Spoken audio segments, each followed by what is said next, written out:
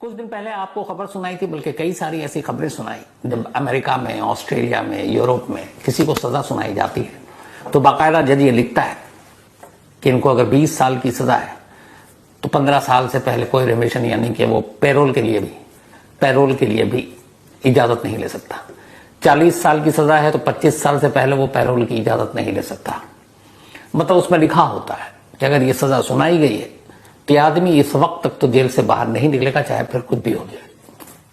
ये मैं इसलिए बता रहा हूं कि गजब है हमारे देश की अलग अलग सरकारें और उनके अपने नियम कानून।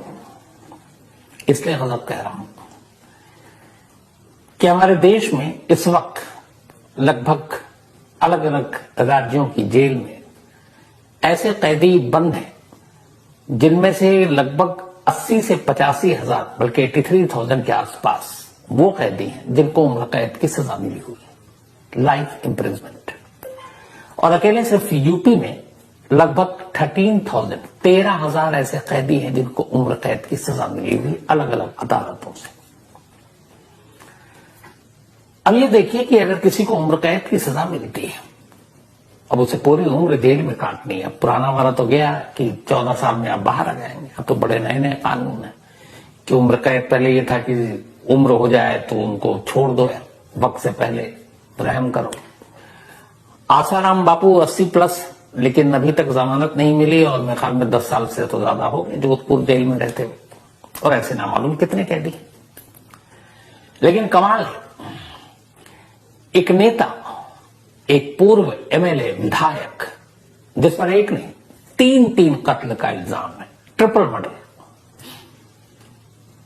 और उस शख्स को उम्र कैद की अदालत सजा सुनाती है। और सजा सुनाए हुए सिर्फ 8 साल 9 महीने और 11 दिन होते हैं।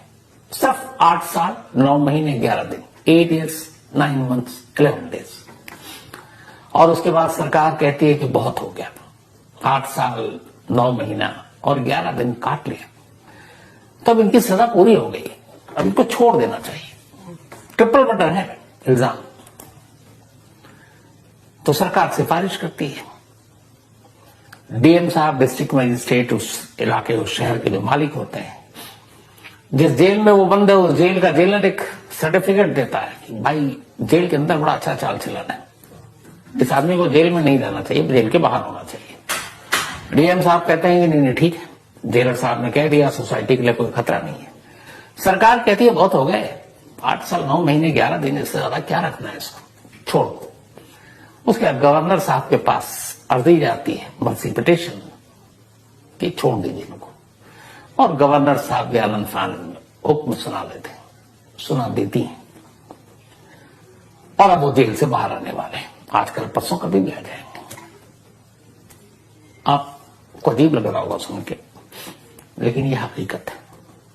साल भर पहले एक शख्स अमरमणि त्रिपाठी और उसकी वाइफ मधुमणि त्रिपाठी को भी इसी तरीके से सरकार ने उम्र कैद की सजा मिली हुई थी, वक्त से पहले रिहा कर दिया। अब साल भर के अंदर अंदर दूसरी बार ऐसा हुआ है जब यूपी सरकार ने एक शख्स को, जिसको उम्र कैद की सजा है, जिसके ऊपर 3 कत्ल का इल्जाम है, उसे कहा कि बाहर कर दो। उनका नाम है उदय भान करवरिया। बीजेपी के 2 बार ये विधायक रहे, और इनके ऊपर एक और एमएलए, एक और विधायक के साथ उसके ड्राइवर, और एक गोलीबारी में राहगीर, एक बेकसूर भी मारा गया। 3 लोगों के कत्ल का इल्जाम था, और सिर्फ 8 साल 9 महीने 11 दिन के बाद यूपी सरकार ने कहा बहुत हो गए, इनके ऊपर रहम कीजिए। इसी यूपी में 12,000 से ज्यादा, लगभग 13,000 के आसपास उम्र कैद की सजा पाए हुए कैदी हैं, जिनमें से बहुत सारे की उम्र 60-70 साल से ऊपर हो गई है, और वो बहुत शराफत से जेल के अंदर रह रहे हैं, लेकिन उनका कोई सुनने वाला नहीं है, वो जेल में ही है। इस देश में हमारे पूरे करीब 75-80 हजार, बल्कि इसी फिगर है, थोड़ा ऊपर नीचे हो सकता है, उम्र कैद की सजा पाए हुए कैदी हैं और रह रहे हैं, जिनकी उम्र न मालूम हो कब से रह रहे हैं, बरसों से। ऐसे ऐसे कैदी हैं यूपी के अंदर ही जिनको 18, 20, 27 साल हो गए हैं जेल के अंदर रहते हुए, 27 years, कोई पूछने वाला नहीं, लेकिन है। एक आपको याद होगा ऐसे केसेस जिसमें बहुत सारे लोगों को तो कोर्ट के कागज ही गायब हो गए, 37 साल तक अंदर रहे, किसी ने सुध नहीं ली। तो ऐसा कैसे हो गया, इसको समझने के लिए पूरी कहानी आपको सुननी पड़ेगी। कहानी है कि बात 1996 की है, बात प्रयागराज की है, जो तब इलाहाबाद हुआ करता था। उस इलाहाबाद में दो परिवार रहा करते थे। एक का नाम था जवाहर पंडित और एक उदय भान करवरिया की फैमिली। दोनों अलग अलग इलाकों से आए, प्रयागराज में बसे, एक दूसरे को जानते तक नहीं थे। लेकिन फिर हुई शुरुआत, जब जवाहर पंडित प्रयागराज पहुंचा तो जवाहर पंडित ने छोटे मोटे अपने धंधा शुरू किए, बोरी सिलने का काम शुरू किया, और उसके बाद आहिस्ता आहिस्ता उसने माइनिंग और बालू, बहुत जो घर बनाने में सीमेंट बालू का इस्तेमाल होता है वो बालू, तो बालू के ठेके को लेकर उसने कोशिश शुरू कर दी। यहीं से पहली बार उदय भान और जवाहर पंडित के बीच दुश्मनी शुरू हुई, क्योंकि वो भी बालू के ठेके पर नजरें गड़ाए, ये भी बालू के ठेके पर, और दोनों के बीच में जब तक फिर लड़ाई झगड़े होते रहते। लेकिन फिर हुआ ये कि एक रोज जवाहर पंडित की मुलाकात हो गई समाजवादी पार्टी के अध्यक्ष मुलायम सिंह यादव से। 90s का दौर था, 1989 की मतलब मुलाकात हुई। जवाहर पंडित मुलायम सिंह के करीब, उसके बाद फिर मुलायम सिंह यादव ने जवाहर पंडित को अपनी पार्टी से टिकट दे दिया।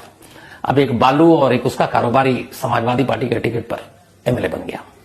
जब एमएलए बना तो अब जाहिर सी बात है, पावर आई, ताकत आई, तो ताकत आने के बाद अब फिर बालू के सारे ठेके और उस पर अब जवाहर पंडित का कब्जा हो गया।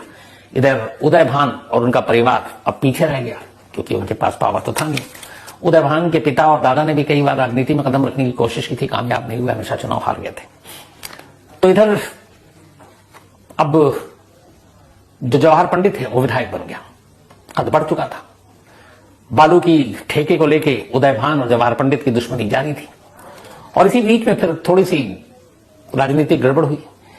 तब उस वक्त गेस्ट हाउस कांड हुआ, आपको याद होगा, जिसमें मायावती बसपा सुप्रीमो, उनकी जान लेने की कोशिश की गई थी, और उनकी मतलब सपोर्ट से मुलायम सिंह की सरकार चल रही थी, फिर सपोर्ट वापस ले लिया, सरकार गिर गई। जब सरकार गिरी तो फिर उदय भान को मौका मिला। उदय भान ने अपने साथियों के साथ मिलकर जवाहर पंडित को रास्ते से हटाने का फैसला किया। 13 अगस्त 1996, 13 अगस्त 1996 यही वो तारीख थी जब प्रयागराज, उस वक्त के इलाहाबाद में पहली बार AK-47 का इस्तेमाल हुआ था। AK-47 प्रयागराज में, बाकी अलग अलग शहरों में अलग अलग तारीखों पर हुआ, लेकिन प्रयागराज में पहली बार AK-47 का इस्तेमाल हुआ। उदय भान के कहने पर उसके गुर्गे सिविल लाइन एरिया प्रयागराज का, वहां से खबर मिली कि जवाहर पंडित अपने ड्राइवर के साथ जा रहा है। इस हमले से बेखबर AK-47 से दंदनाती हुई गोलियां चली। मौके पर ही न मालूम कितनी गोलियां लगी, जवाहर पंडित की मौत, उसके ड्राइवर की मौत, और इत्तेफाक से वहां पर से एक राहगीर गुजर रहा था, वो भी उस गोलियों का निशाना बन गया, उसकी मौत। 3 लाशें एक साथ उठाई गई थी 13 अगस्त 1996 को। तो 96 में प्रयागराज ने पहली बार देखा था कि AK-47 और उसकी धनक क्या होती है। AK-47 से पहली बार गोली चली। इस कत्ल ने हंगामा मचा दिया, क्योंकि एक एमएलए का कत्ल हुआ था। इसके बाद जवाहर पंडित की फैमिली, उसके भाई ने FIR दर्ज करवाई। FIR दर्ज करवाने के बाद जो नाम आया वो उदय भान, उसके भाई, उसके चाचा, सभी का नाम आया। लेकिन तब तक फिर यह हुआ कि सरकार गिर गई थी, राजनीति बदल गई थी, लेकिन पुलिस ने फिर भी अपनी गवाही और बयान और केस को आगे बढ़ाने के काम शुरू कर दिया था। इत्तेफाक से एक बहुत बड़े नेता हुआ करते थे कलराज मिश्र जी। तो जब पुलिस ने गिरफ्तार करने की सोची, तब उदय भान और उनके चाचा और भाइयों की तरफ से एक गवाही दी गई कि जिस दिन यह कत्ल हुआ वो मौके पर थे ही नहीं, बल्कि कलराज मिश्र के साथ मीटिंग कर रहे थे। बाकायदा कलराज मिश्र ने भी इस बात की गवाही दी कि वो मेरे साथ थे, और कोर्ट में भी कहा, लेकिन कोर्ट ने मानने से इनकार कर दिया, क्योंकि बाकी सबूत उससे ज्यादा भारी थे। यानी कि ये गवाही भी दिलवाने की कोशिश की गई, जो फिल्मों में आपने देखा है, कह रहे जब क्राइम हुआ तब तो मैं मौके पे था ही नहीं, मैं तो कहीं और था। लेकिन दूसरे सबूत ऐसे थे जिनसे यह साबित हो गया था कि ये लोग भी मौका वारदात के आसपास थे। लेकिन इसके बावजूद फिर मुकदमा चला। अब इधर जब जवाहर पंडित का कत्ल हो गया तो उदय भान को बीजेपी ने टिकट दिया, वो 2 बार विधायक बने, जीते। लेकिन फिर कोर्ट में उन्होंने डाल रखा था कि राजनीतिक रंजिश की वजह से मेरा नाम आया, मेरे परिवार का नाम आया। यूपी में सरकार बदल गई। यूपी सरकार ने फिर कोर्ट में यह कहा कि उदय भान का नाम हटा दीजिए इस केस से, क्योंकि ये इस कत्ल में शामिल नहीं है। तो सरकार की बात कोर्ट तक पहुंची, लगा कि नाम हट जाएगा। लेकिन उससे पहले ही जवाहर पंडित की बीवी भी कोर्ट पहुंच गई और उन्होंने कहा कि 3 कत्ल, इतने सारे गवाह, सारे सबूत, अगर ऐसा होता है तो लोगों का कानून से विश्वास उठ जाएगा। बाकायदा हाईकोर्ट में इसकी सुनवाई, और हाईकोर्ट ने कहा बिल्कुल नाम नहीं हटेगा, और निचली अदालत को कहा कि आप अपने मुकदमे में तेजी लाइए, क्योंकि 1996 का ये मर्डर था और तब तक 2012-13 आ चुका था। तो फिर 2012 में वापस जब समाजवादी पार्टी की सरकार आई, तब उसने कहा कि भैया 12-4-16 साल हो गए, अभी तक कुछ केस में हुआ नहीं, पुलिस को भी हड़काया गया कि इसमें कुछ करो। तब जाकर फिर पुलिस हरकत में आई। 2014 में अदालत ने फिर कहा कि भैया आप गिरफ्तार किया जाए इन दोनों को, मतलब उदय भान और उनके रिश्तेदारों को। अभी तक गिरफ्तारी भी नहीं हुई थी। 2014 में फिर खुद ही सरेंडर कर दिया उदय भान उनके रिश्तेदारों, 2014 में। उसके बाद सरेंडर किया। बाद में इन लोगों ने कोर्ट में अपील की, यूपी सरकार ने भी अपील की कि इनका नाम गलत है तो इनको बाहर कर दिया जाए, ये मुकदमा वापस ले लिया जाए। लेकिन कोर्ट ने कहा सबूत इतने पुख्ते हैं कि नाम वापस नहीं लेंगे, और लोअर कोर्ट से कहा आप मुकदमे की कार्रवाई शुरू कीजिए। और आखिरकार अब मुकदमे की कार्रवाई शुरू हुई। जुलाई 19 जुलाई को कोर्ट ने पहली बार, बल्कि जुलाई 2019 में लोअर कोर्ट ने 19 मतलब 96 में कत्ल हुआ था, 4 साल उधर और 19 4 23 साल। 23 साल बाद ट्रिपल मर्डर के एक मुकदमे का पहला फैसला आता है लोअर कोर्ट की तरफ से, प्रयागराज की जो सेशन कोर्ट है। और उस कोर्ट ने अपना फैसला सुनाया, और उस फैसले में उदय भान, उसके भाई, उसके चाचा, इन तमाम लोगों को जो नाम थे, उदय भाई के अलावा सूरज भान, साथ ही कपिल मुनि, इन सभी को उम्र कैद की सजा सुनाई 2019 में। अब कैद की सजा सुना दी गई, वो भी उम्र कैद। अब इन सभी को जेल भेज दिया गया, नैनी जेल। प्रयागराज का इंसिडेंट था, ज्यूरिसडिक्शन वही था। अब ये जेल पहुंचे। जेल जाने के बाद 2018 में इन्होंने फिर से, ये 2019 में हुआ था, उसके फैसला आने से पहले 2018 में एक और अर्जी दाखिल कर दी थी कि केस वापसी ले लिया जाए। और ये अर्जी इस बार उनकी तरफ से नहीं, सरकार की तरफ से की थी, यूपी सरकार की तरफ से, कि ये लोग अच्छे भले लोग हैं, इनका केस वापस, इनका नाम हटा दीजिए। लेकिन कोर्ट ने कहा नहीं, ऐसा नहीं होगा, ये आरोपी हैं और मुकदमा होगा। उसके बाद अगले ही साल कोर्ट ने फैसला सुनाया और इन लोगों को उम्र कैद की सजा सुना दी। जब उम्र कैद की सजा सुना दी तो उसके बाद अब ये जेल पहुंच गई। और उसी उम्र कैद की सजा सुनाए जाने के बाद टोटल जेल में इन लोगों ने जो वक्त काटे वो थे 8 साल 9 महीने और 11 दिन। 8 साल 9 महीने और 11 दिन जेल में काटने के बाद उम्र कैद की सजा पाए खासतौर पर एक शख्स उदय भान करवरिया, इनको छोड़ने की सिफारिश किसी और ने नहीं की, बल्कि यूपी सरकार ने कर दी। हुआ ये कि जब ये जेल पहुंचे तो जेल जाने के बाद किसी भी कैदी को छोड़ने के लिए कुछ राज्य सरकार के पास पावर होते हैं, अधिकार होते हैं, वक्त से पहले रिहा करने के लिए। तो 2 बार के ये बीजेपी विधायक थे। फिर उसके बाद जब ये जेल पहुंच गया पूरा परिवार, तो बीवी बची थी बाहर, उन्होंने चुनाव लड़ा, 2 बार वो भी जीती विधायक, लेकिन फिर लास्ट बार टाइम वो हार गई चुनाव।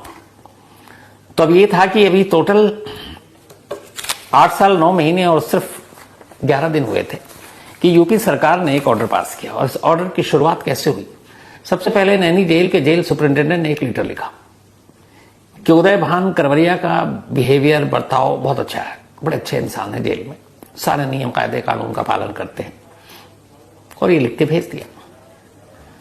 डीएम साहब ने अपनी रिपोर्ट लगाई, ये आदमी अच्छा है, इसके बाहर आने से कोई लॉ एंड ऑर्डर, समाज का कोई नुकसान नहीं होगा। यूपी सरकार की एक जो मर्सी पिटीशन वाली जो कमेटी बैठती है ऐसे कैदियों को वक्त से पहले रिहाई के लिए, उस कैबिनेट की मीटिंग हुई, उसमें कहा गया नहीं भाई, उदय भान करवरिया अच्छे इंसान है, 3 कत्ल किया तो क्या हुआ? 8 साल बहुत होता है, उम्र कैद का क्या मतलब होता है? 8 साल 9 महीने 11 दिन तो काट लिए, अब तो ठीक है ना, इंसाफ हो गया, तो इनको बाहर किया जाए, इनको बाहर लाया जाए। यूपी सरकार ने एक आदेश दिया। आदेश आनंदीबेन यूपी की गवर्नर है, उनके पास पहुंचा। अब वो भी क्या करें, पूरा प्रशासन, सरकार, सबने फैसला कर लिया, तो अब उस फैसले को कहां रोकेंगी? उन्होंने भी दस्तखत कर दिए। बिल्कुल सही है। 30 जुलाई जो आने वाला है, उस 30 जुलाई को, क्योंकि ये लगता है कि ये सारी चीजें 30 जुलाई के आसपास ही होंगी, तो इसीलिए फिर जेल प्रशासन ने एक अपनी रिपोर्ट में कहा कि उन्होंने कुल 30 जुलाई तक जो जेल के अंदर इन्होंने वक्त काटे हैं वो 8 साल 11 महीने, 8 साल 9 महीने और 11 दिन है। 30 जुलाई 2023, तो 30 जुलाई 2023 की बात हो रही है जो लास्ट गिनती की गई है। अब उसके बाद साइन हो चुका।